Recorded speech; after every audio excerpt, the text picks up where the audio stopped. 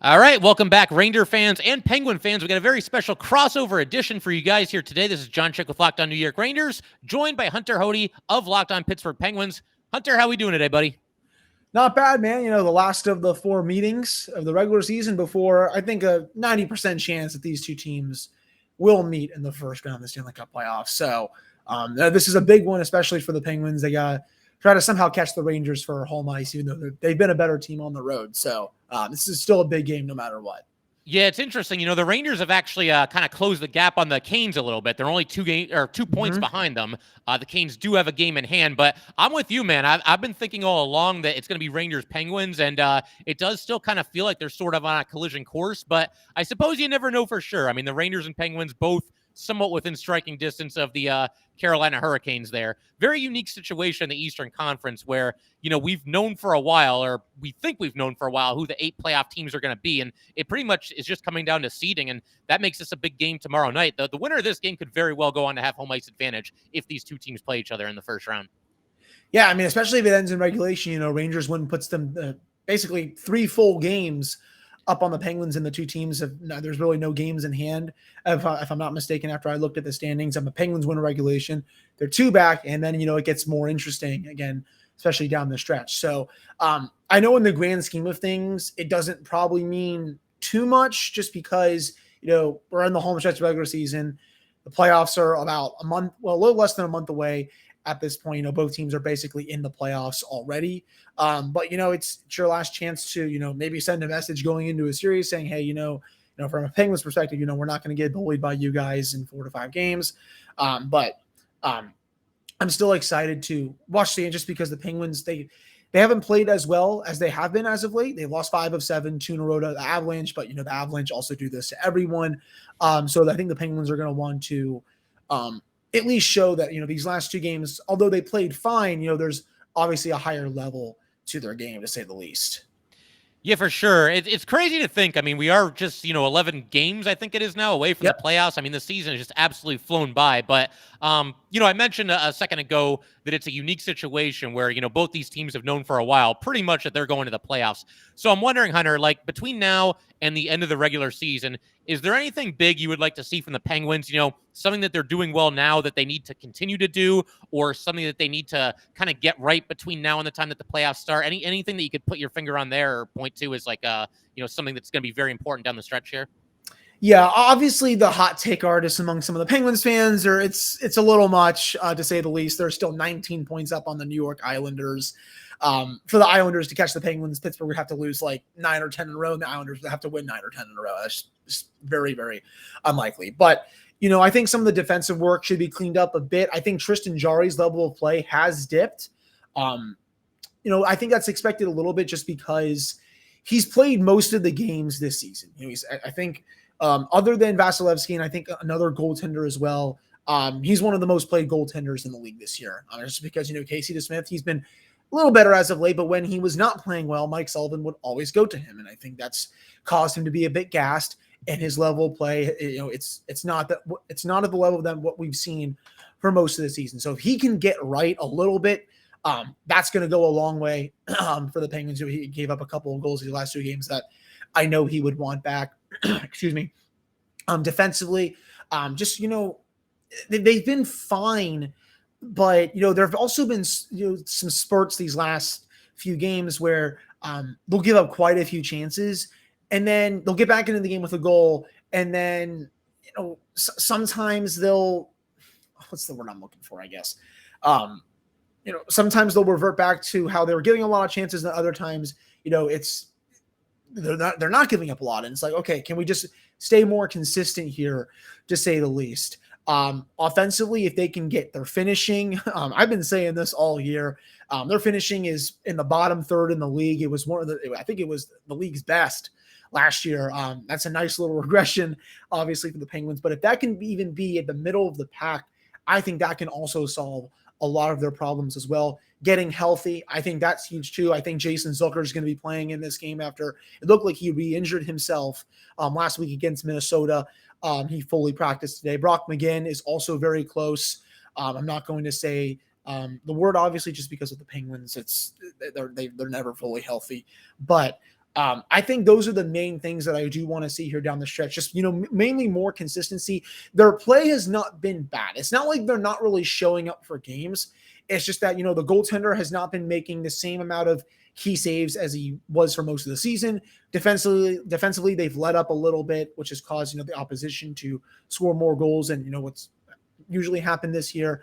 And, the finishing continues to just, not be there for a lot of players. But if those can, we can see some regression with those few things, these last 11 games going to the playoffs, I'm going to feel a lot more confident about them going in, obviously, to the Stanley Cup playoffs.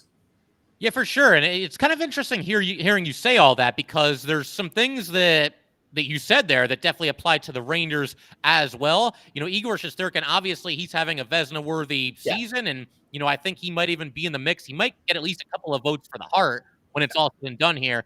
But if he had, anything resembling, a valley this season, a not so good stretch, it's probably been over the past, 8 or 10 games. And that's not to say he hasn't played well. He has at times. He's had a couple of hiccups along the way here, though. And it gets to the point where, as a Ranger fan, you're just so used to seeing this guy basically be a human cheat code night in and night out, that to see him, be anything less than that is actually, really striking and really surprising. But I'm not too worried about it. I'd rather see him go through, a mini slump now than when the playoffs roll around and it really matters. I mean, I'd almost rather him get this out of the way and, work his way back to being the Igor Shesterkin that Ranger fans all know and love. And you also mentioned, team defense, which the Rangers 2 games ago, I think it was probably the worst defensive game that the Ranger defensemen have played this entire season. I mean, just turnovers left and right. The amount of odd man rushes that they gave up to the Flyers of all teams was just staggering. Like every time, yeah, Penguin fans will appreciate that, I'm sure.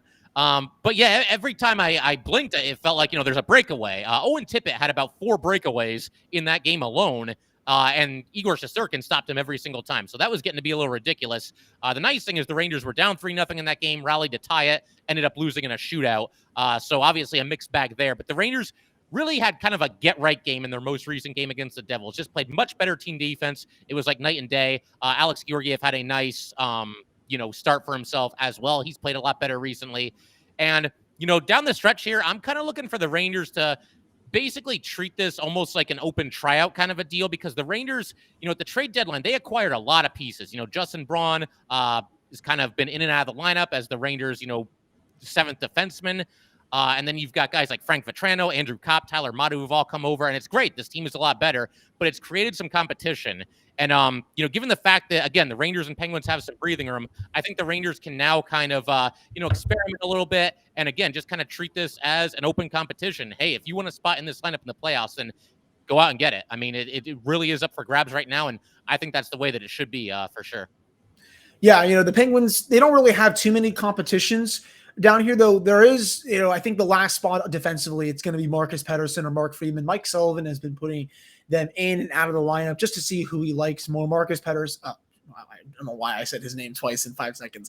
Pettersson got kind of cooked twice in the same sequence against Colorado. And I understand the Avalanche will do that to basically every team, but it was not a good look for someone who was trying to stay in the lineup over a guy like Mark Friedman, who, he's a total chaos kind of player. He jumps into the play a lot more, is fine defensively. His underlying numbers are also pretty good. I don't really mind whichever way they go, but, it still wasn't a good thing. He's getting walked by, I think it was JT Compher, and I believe it was O'Connor of Colorado. It was 2 sequences in a row that actually led to Colorado taking the lead halfway through the game on Tuesday night. So I'm curious to see what Sullivan does for this game. I would like to think Pettersson may get another shot, but I also would not be surprised if Friedman does come in. The 12th forward spot is also going to be, I think, up for grabs with Jason Zucker coming back. The only injured player is Brock McGinn, though he is very close. He's eligible to come off IR on Saturday. He's already back practicing. He's going to be back in the lineup. So who's going to come out? Is it going to be Brian Boyle? Is it going to be Danton Heinen, Evan Rodriguez? Who knows at this point? Other than that, I think those are the 2 main competitions for the Penguins that Mike Sullivan is looking at here down the stretch. Really, everyone else in the lineup is set in stone. And I'm glad that, the lineup, it looks more formidable when Jeff Carter is not on Evgeny Malkin's wing, because for as much as I've loved Jeff Carter, he has sank that line with him and Rickard Rakell. Getting Jason Zucker back, it's it's massive for so many reasons. I know obviously his injury history and people like to bag on him just because he makes a lot of money, he doesn't score a lot, but he does all the little things very well. And heck, he had an assist on his first shift back last Thursday against Minnesota. So I just think, especially him coming back is going to make the lineup that much better. And I'm going to be curious to see, with him coming back, how that, that last forward spot goes and defensively too. Yeah, it's an interesting situation for sure. And it's funny, you mentioned Brian Boyle. Obviously, he spent a couple of seasons on the Rangers, back in the day. And, he's somebody that I always root for because he's obviously been through a lot. And it's cool to see that he's carved out a nice role for himself with your Penguins there. But I will say this, it's not going to break my heart if these two teams play in the playoffs and he is a healthy scratch, because this guy for the Rangers, he always did something positive when it came to playoff time. All of a sudden, Brian Boyle starts contributing offensively a lot more than you expect him to. He scored a really big goal in Game 7 when the Rangers and Penguins played each other. Geez, that was like 8 years ago now. It's crazy. But yeah, as a Ranger fan, I'd be happy to see him not in the lineup, especially because every time the Rangers play one of their former players, guaranteed that guy is going to impact the game and probably get on the score sheet and maybe even get the game-winning goal. So if you want to leave Brian Boyle in the press box, I'd be all right with that.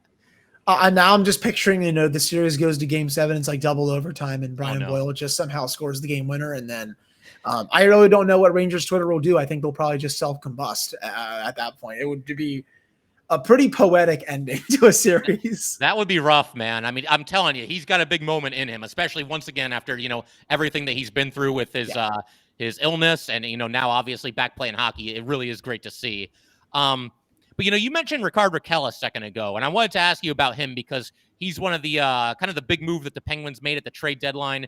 And, somebody that I know the Rangers were looking at least a little bit. So I'm wondering, I looked at his stats. It looks like he's off to a pretty nice start for you guys. But how have they been kind of deploying him? And what are you seeing from him? How's he fitting in with the Penguins so far?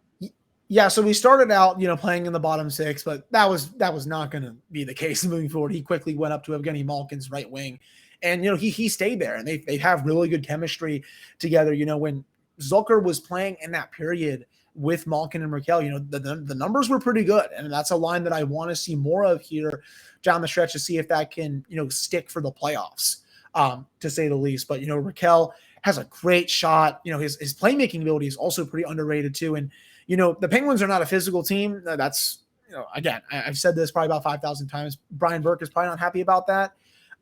But he brings a physical element that, the team, kind of lacks a little bit because, he's not afraid to throw the body around.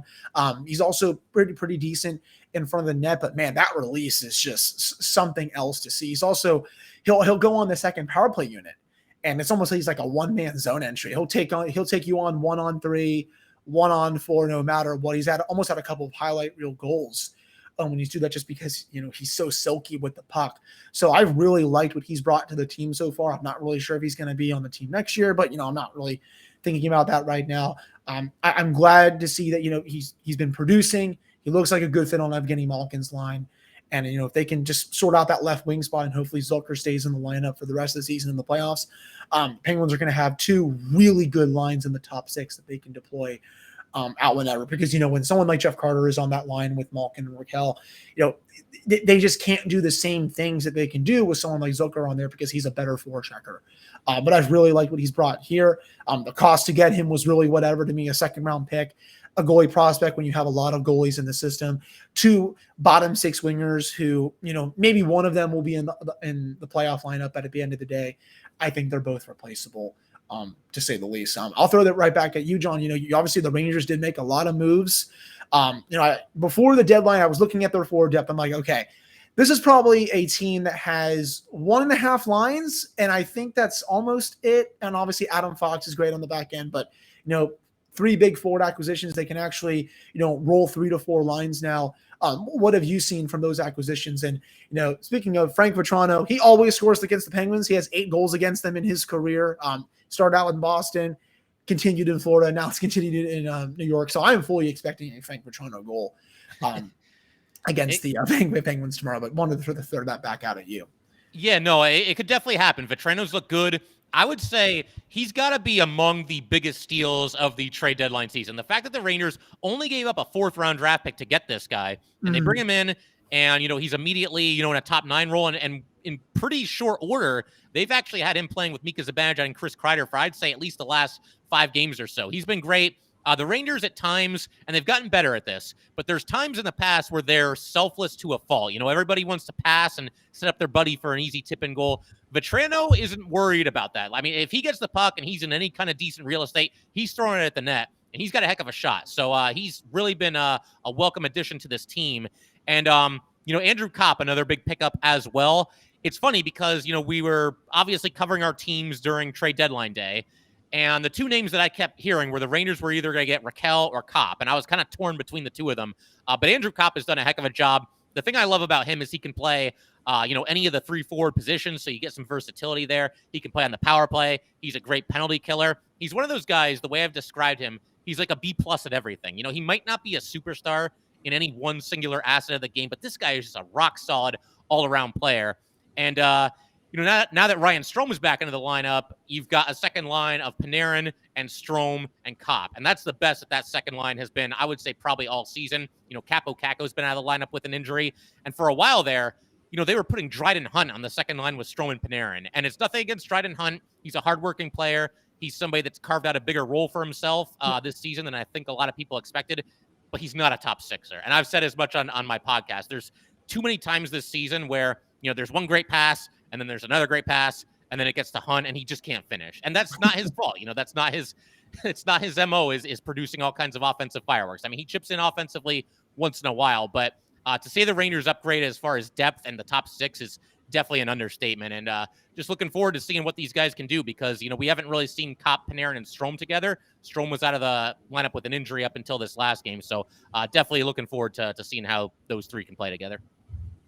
Yeah, it's crazy how both of our deadline acquisitions are playing really well, and John, I wanted to get your your thoughts on this too. The 3 games this year have been very different. I think in a lot of ways. That first one, Penguins were the better team. I thought the Rangers played well.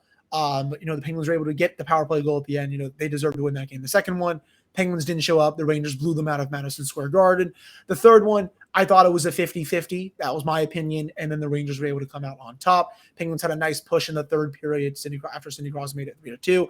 Had a couple of crossbars in there.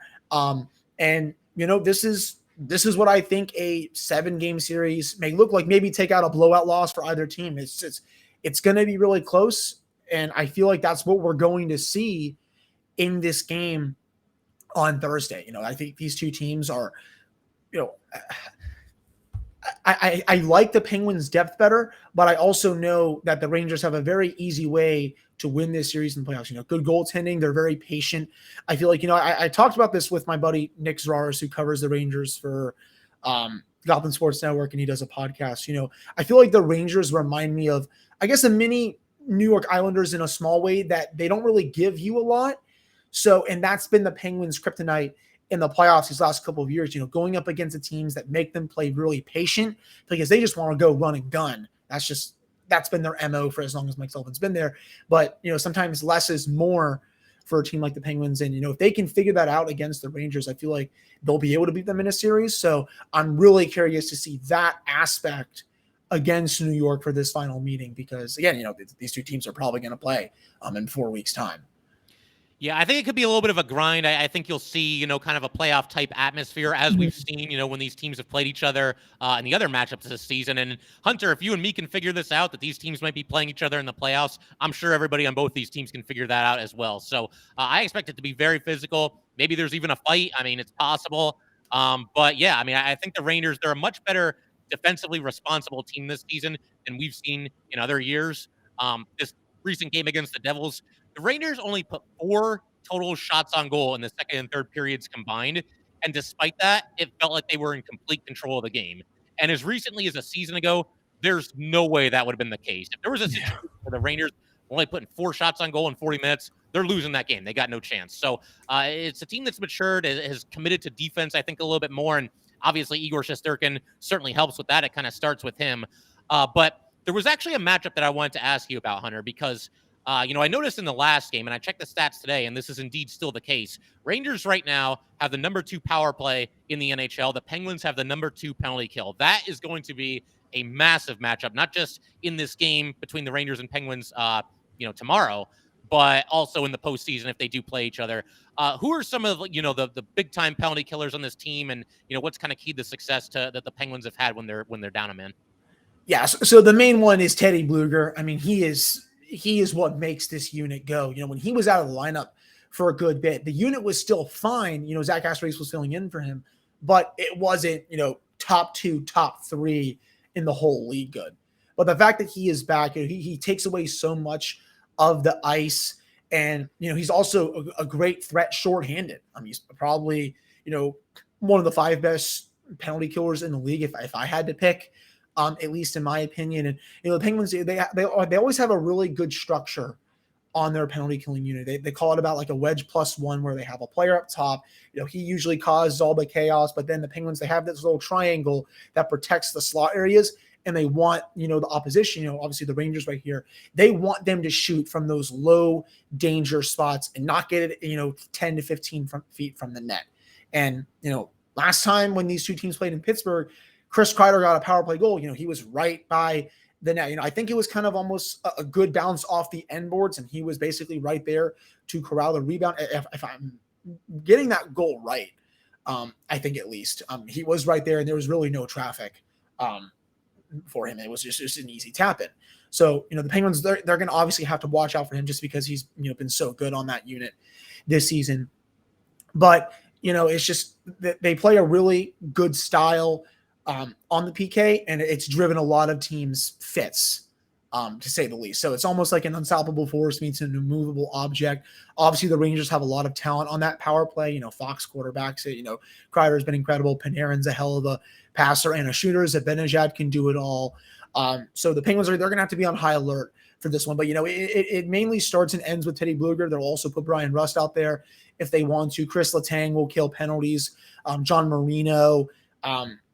They'll sometimes put the stars out there, though it's usually it's some of the bottom sixers who are good at even strength, and it's also some of the defensemen who are a bit more mobile than some of the others. So I'm really curious to see this matchup as well, because the Penguins, again, one of the main differences in that last game, it was, I believe, 2-1 going into the third period. Rangers get that power play because of Mike Matheson. I think he cross-checked one of the Rangers players. They scored on it, and that was the difference in the game. So if the Penguins are able to win the special teams battle and keep it to 5v5, obviously I think they'll have a better shot at winning this game as opposed to taking a bunch of penalties. Yeah, it's absolutely huge. And I think with the Ranger power play unit, the biggest thing that they have going for them, I mean, on top of just the fact that it's a really talented bunch out there, is this has been the Ranger top power play unit for, I think, like 3 seasons now. I mean, every team makes adjustments, and they'll move guys around and up and down the lineup and everything. It's always these 5 guys on the power play. It's Strome, Panarin, Zibanejad, Kreider, and Fox. And, I mean, like you said, they just complement each other very well. Panarin can shoot or he can pass.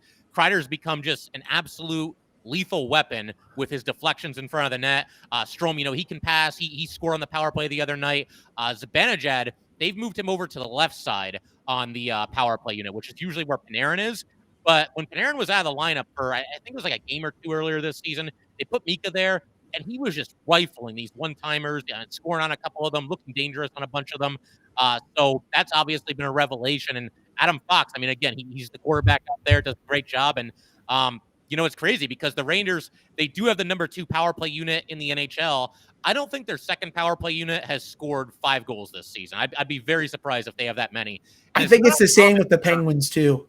I'm pretty sure they have hardly scored at all this season, just because Sullivan he'll put out the top power play unit for most of the time. But even when it's half of the time, which he does a lot too, that second unit comes on and they'll generate some chances, but the puck just does not go in the back of the net. So we definitely relate to that. Yeah, it's a little bit of the chicken and the egg. Does the second power play unit not score because they're not getting ice time, or are they not getting ice time because they're not scoring very often? It's definitely a little bit of that. But yeah, I mean, it's crazy because Gallant at times, you got to tell me if Sullivan ever does this. Depending on the situation in the game, what the score is, how much time is left, all that. If the Rangers get a power play, say they're like down by a goal with 10 minutes left in the game. If they get a power play, obviously they'll go with the top unit. And if there's a play stoppage, like a minute 10, a minute 15 into the power play, Gallant will call the timeout that he has and give his top guys a breather and then put them back out there to finish the power play. Do the Penguins do that? Mike Sullivan has been doing that a lot more. Wow. lately, to say the least. It was actually a game against Buffalo about a week and a half, 2 weeks ago. They're down 1 in the third period. They're generating chances, and Mike calls the timeout. He's like, all right, you guys obviously been doing something. Tar Reardon draws up a play. That play works to perfection. They score on it, and then the bench is just going crazy because, I'm glad that coaches are starting to catch on to that tactic because it works a lot. So, Mike Sullivan has been doing that a lot more, and on the offside, when the Penguins kill off a penalty, he will actually put Sidney Crosby, Evgeny Malkin, and Jake Gensel on the ice at the same time to go attack the other goalie and get chances. They haven't scored on a chance yet, though they've come really close numerous times to doing that. So that's going to be an interesting matchup to watch tomorrow to see how the Rangers defend that, because the Penguins, they've been doing that a lot more lately and trying to get Sid and Gino on the ice together. Yeah, it's crazy, man. I feel like every time we do one of these crossovers, Hunter, we find like more parallels and more similarities between these teams. I mean, I know it's a great rivalry and they've had all these crazy playoff matchups over the years, but two teams that are built somewhat similarly. And, obviously that coaching tactic is kind of just the latest example of that. I wanted to ask you, though, because, obviously we're talking about a potential playoff matchup between these teams. And I did notice today, looking at the standings, the Penguins actually have a better road record than home record. And it's not a dramatic difference, but they are better on the road than at home. Is there any little part of you that thinks like, oh man, maybe we're better off just going on the road and not having home ice advantage? Or do you want those games in Pittsburgh as often as possible in the playoffs? Yeah, I don't, it's weird. Usually they are one of the best home teams in the league.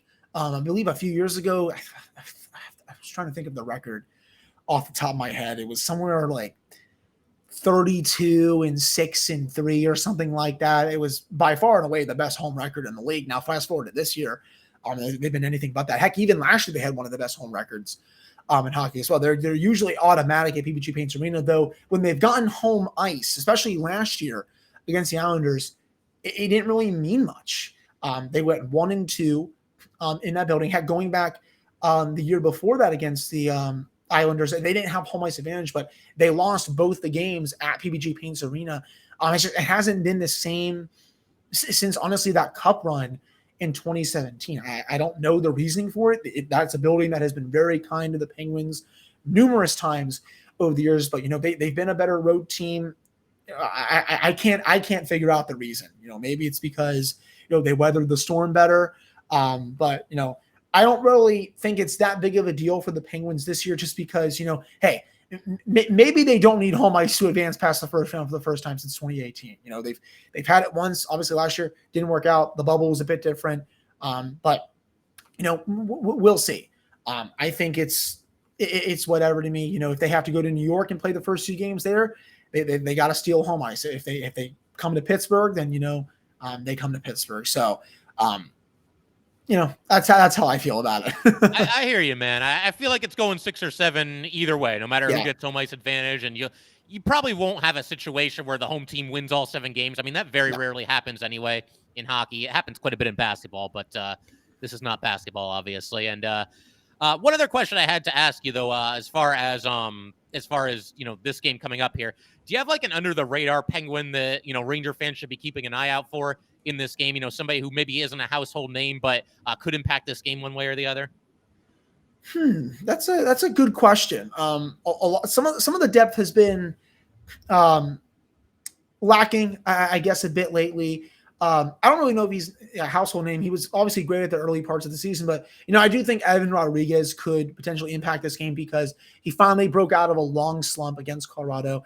Bit of a lucky goal. Devon Taves kind of put it in, but he got his 18th of the year. But maybe that's the goal that finally puts him in the right direction again. Coming into that game, had basically 2 goals in his last 34, 35 games, something like that.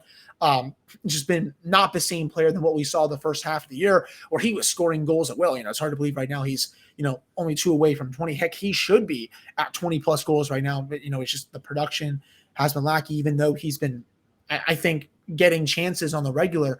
The puck has just not been going in the net, in my opinion. So I think he could definitely do something. Danton Heinen, if Mike Sullivan wants to play him a bit more, he also could play a bigger role. I think he hit the post once or twice in that last game in Pittsburgh. The game potentially could have been a little bit different. If that chance goes in, the Penguins, again, I think they hit like 2 or 3 posts in that game. Very unlucky, of course. That's how a lot of the game of hockey goes. So those would be, the two names that I would keep my eye on. Though, I'm going to be curious to see, with Jason Zucker's likely second return from injury now.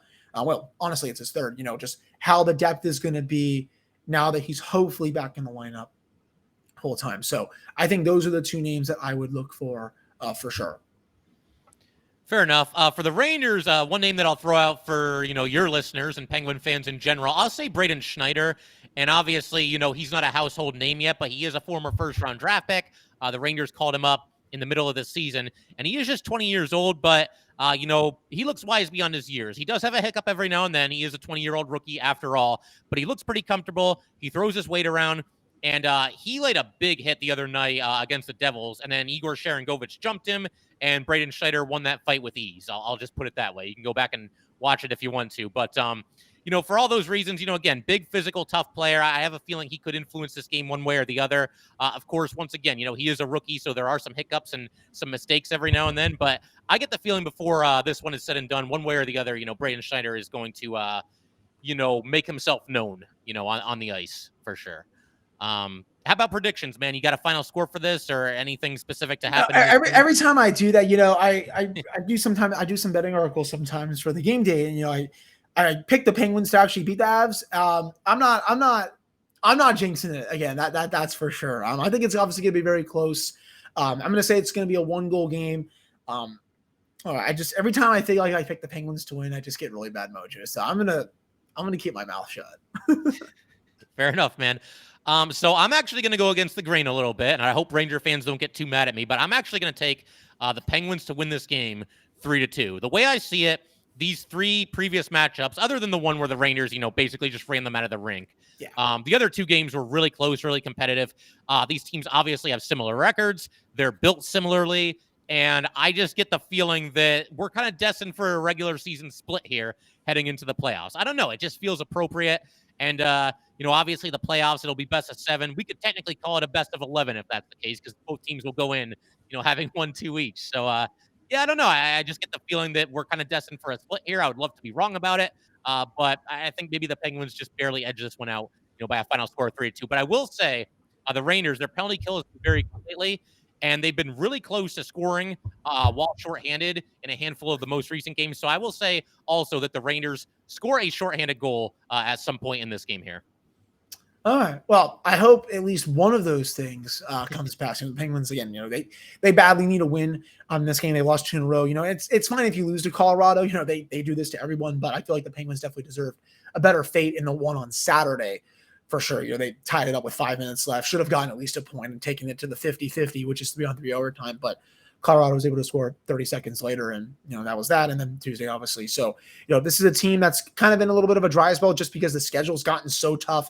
It's going to get even tougher on Thursday. I'm excited to see how the Penguins can rise up to the occasion and maybe send a message here to the Rangers going in the playoffs saying, hey, we're not going to back down from you all, and we can beat you at your place, to say the least. So I'm really excited for it. Yeah, it's going to be must-see TV, in this regular season matchup, and certainly if they play each other in the playoffs as well. But, yeah, Hunter, listen, man, there's a ton of fun as always. Always a good time, linking up and doing these crossover episodes here, and we'll definitely have to do it again if and when these teams are playing each other in the playoffs. Yeah, absolutely. I'd be down for it. And, for all the listeners out there, and I believe this is an exclusive ESPN Plus Hulu game, so if you don't have a subscription, you're probably going to have to find a third-party streaming site for it. Yeah, I'll have to try to finagle some kind of a free trial or something like that again, but we'll find a way to watch the game, that's for sure. But, yep, Hunter, pleasure as always, and Ranger fans, Penguin fans, we'll see you guys next time.